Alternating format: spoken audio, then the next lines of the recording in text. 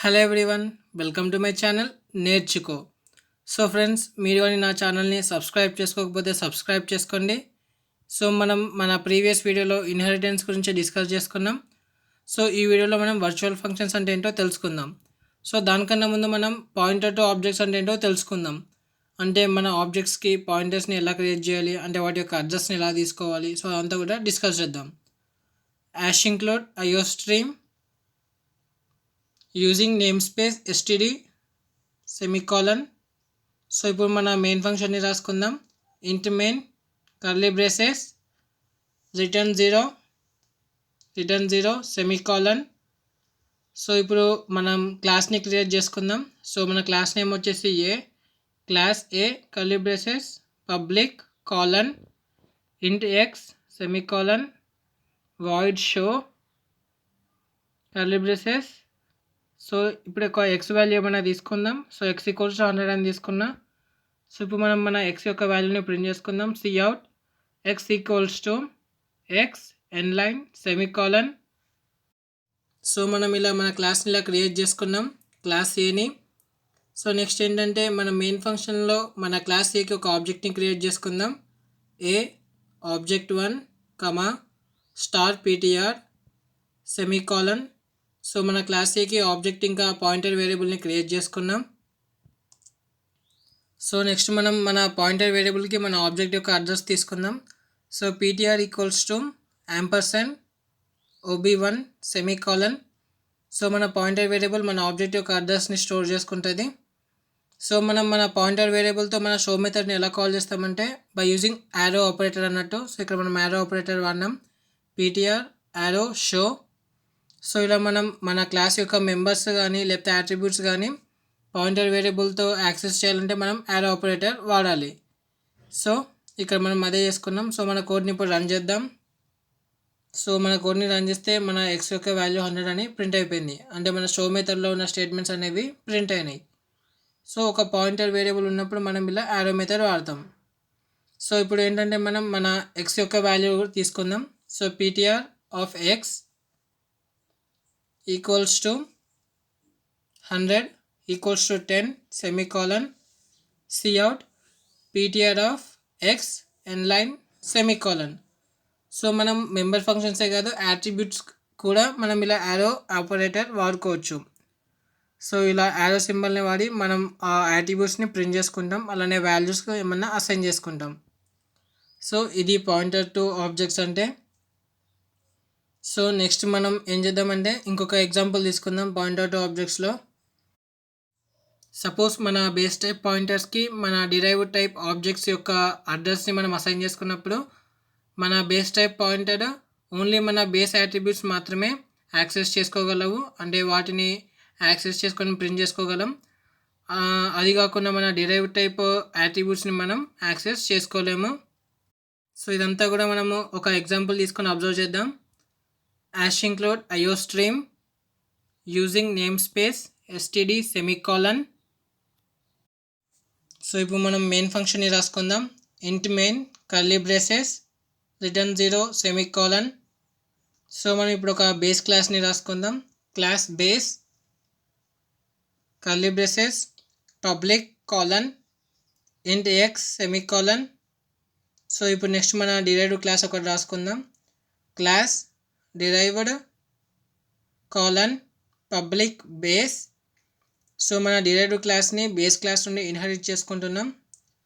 So దీంట్లో నేను కొన్ని యాట్రిబ్యూట్స్ తీసుకుందాం. పబ్లిక్ ఇంట్ y సెమికాలన్.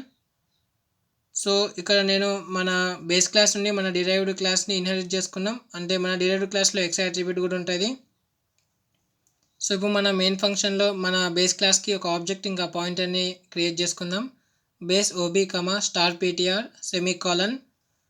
సో మన పాయింటర్ వేరియబుల్కి మన ఆబ్జెక్ట్ యొక్క అడ్రస్ని అసైన్ చేసుకుందాం, అంటే మన బేస్ ఆబ్జెక్ట్ యొక్క అడ్రస్ని. ptr = $ob semicolon. సో మనము x వాల్యూ 100 అని అసైన్ చేసుకున్నాం. దాని తర్వాత మన x వాల్యూని ప్రింట్ చేసుకుంటున్నాం. cout ptr arrow x end line semicolon. So ఇప్పుడు మన కోడ్ని రన్ చేసుకుందాం. సో మనకు మన x యొక్క వాల్యూ ప్రింట్ అయిపోయింది, అంటే మనం 100 అసైన్ చేసుకున్నాం కాబట్టి 100 అనే అవుట్పుట్ వచ్చింది. సో నెక్స్ట్ మనం మన డిరైవ్డ్ క్లాస్కి కూడా ఒక ఆబ్జెక్ట్ని క్రియేట్ చేసుకుందాం. దాంతోపాటు ఒక పాయింటర్ వేరియబుల్ కూడా తీసుకుందాం. So derive D star PR semicolon. So మన పాయింటర్ వేరియబుల్ పిఆర్కి మన డిరైవ్డ్ ఆబ్జెక్ట్ యొక్క అడ్రస్ని అసైన్ చేసినాం. PR equals to ampersand D semicolon. So మన డిరైవ్డ్ ఆబ్జెక్ట్లో అంటే మన డిరైవ్డ్ క్లాస్లో 2 అట్రిబ్యూట్స్ ఉన్నాయి, ఎక్స్ వై. సో ఆ రెండు వాల్యూస్కి కూడా అంటే ఆ రెండు అట్రిబ్యూట్స్కి కూడా నేను వాల్యూస్ అనేవి అసైన్ చేసిన 10, 20 అని. సో ఇప్పుడు మన ఎక్స్ అట్రిబ్యూట్ ఇంకా వై అట్రిబ్యూట్ వాల్యూస్ మనం ప్రింట్ చేసుకుందాం. Cout PR arrow x endline PR arrow y endline semicolon so ఇక్కడ మనం ఎక్స్ వాల్యూ 10 తీసుకున్నాం, ఇంకా వై వాల్యూ 20 తీసుకున్నాం. సో ఇప్పుడు మన కోడ్ని బిల్డ్ చేసి రన్ చేద్దాం. సో మన కోడ్ని బిల్డ్ చేసి రన్ చేస్తే మనకు అవుట్పుట్ అనేది 10, 20 వచ్చింది. సో ఇది మన డిరైవ్డ్ క్లాస్ యొక్క అవుట్పుట్. సో ఇప్పుడు ఏం చేద్దామంటే మన బేస్ క్లాస్ పాయింటర్ ఉంది కదా అంటే స్టార్ పీటీఆర్, దానికి మనం మన డిరైవ్డ్ ఆబ్జెక్ట్ యొక్క అడ్రస్ని అసైన్ చేసుకొని చూద్దాం. సో దానికన్నా ముందు మనం ఏం చేద్దామంటే మన డిరైవ్డ్ క్లాస్లో ఉన్న అట్రిబ్యూట్ని తీసుకుందాం. So PTR of Y equals to 25 అని తీసుకున్నాం. So PTR of Y equals to 25. So మనకి ఇక్కడ ఎర్రర్ వస్తుంది, ఎందుకంటే మనకి అట్రిబ్యూట్ అనేది లేదు బేస్ క్లాస్లో. సో మన బేస్ క్లాస్లో వై అనే అట్రిబ్యూట్ లేదు కాబట్టి మనకు ఆ ఎర్రర్ అనేది వచ్చింది. కానీ మనం ఇక్కడ ఏం చెప్పుకున్నాము, మన బేస్ టైప్ పాయింటర్స్కి మన డిరైవ్డ్ టైప్ యొక్క అడ్రస్ అసైన్ చేసినప్పుడు మన పాయింటర్ వేరియబుల్ అనేది ఓన్లీ మన బేస్ అట్రిబ్యూట్స్ మాత్రమే తీసుకోగలదు అని డిస్కస్ చేసుకున్నాం. సో అవి ఏంటో కూడా ఇప్పుడు మనం చూద్దాం. సో దానికోసం మనం మన పాయింటర్ వేరియబుల్కి మన డిరైవ్డ్ ఆబ్జెక్ట్ యొక్క అడ్రస్ని అసైన్ చేసుకున్నాం. సో మన కోడ్ని రన్ చేద్దాం. సో ఇప్పుడు మనం ఏం చేద్దామంటే మనము ఎక్స్ యొక్క వాల్యూని 25 అని తీసుకున్నాం. సో దాని తర్వాత మన ఎక్స్ వాల్యూని కూడా ప్రింట్ చేసుకుందాం. Cout PTR arrow x endline semicolon. So కోడ్ని రన్ చేస్తే మనకు అవుట్పుట్ 25 అని వచ్చింది లాస్ట్లో. సో మనం మన ఎక్స్ అట్రిబ్యూట్ని అయితే యాక్సెస్ చేసుకోగలిగినాం. సో ఒకసారి మన వై అట్రిబ్యూట్ని కూడా తీసుకుంటే ముందు మనకి ఎర్రర్ అనేది వచ్చింది. సో ఇప్పటిదాకా మనం పాయింటర్ టు ఆబ్జెక్ట్స్ అనేవి డిస్కస్ చేసినాం. సో ఇప్పుడు వర్చువల్ ఫంక్షన్స్ అంటే ఏంటో అని ఒక ఎగ్జాంపుల్ తీసుకొని అర్థం చేసుకుందాం. సో దీనికి నేను ఒక ఎగ్జాంపుల్ని తీసుకుంటున్నా. Hash include iostream